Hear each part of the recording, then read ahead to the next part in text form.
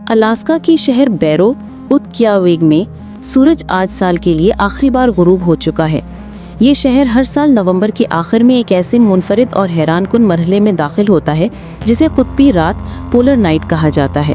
اب اگلے 65 دن تک وہاں سورج دوبارہ افق کے اوپر نمودار نہیں ہوگا، یعنی 23 جنوری 2026 تک مقامی آبادی مکمل تاریکی یا یوں کہیے کہ ایک نیم روشن سرد اور پر اسرار ماحول میں زندگی گزارے گی۔ یہ حیران کن قدرتی مظہر صرف ان علاقوں میں نظر آتا ہے جو آرکٹک سرکل کے اندر یا اس کے قریب واقع ہوں۔ زمین اپنے محور پر 23.5 ڈگری کے جھکاؤ کے ساتھ گھومتی ہے، اور جب سردی کا موسم شروع ہوتا ہے تو سورج کی کرنیں ان شمالی علاقوں تک براہ راست پہنچ ہی نہیں پاتی۔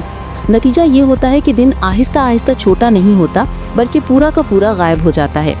قطبی رات مکمل اندھیری نہیں ہوتی، کبھی کبھار ہلکی سی ٹویلائٹ یا شفق دکھائی دیتی ہے، آسمان پر اورورا کے رقص ہوتے ہیں، مگر عمومی ماحول خاموش، سناٹا بھرا اور حد سے زیادہ سرد ہوتا ہے۔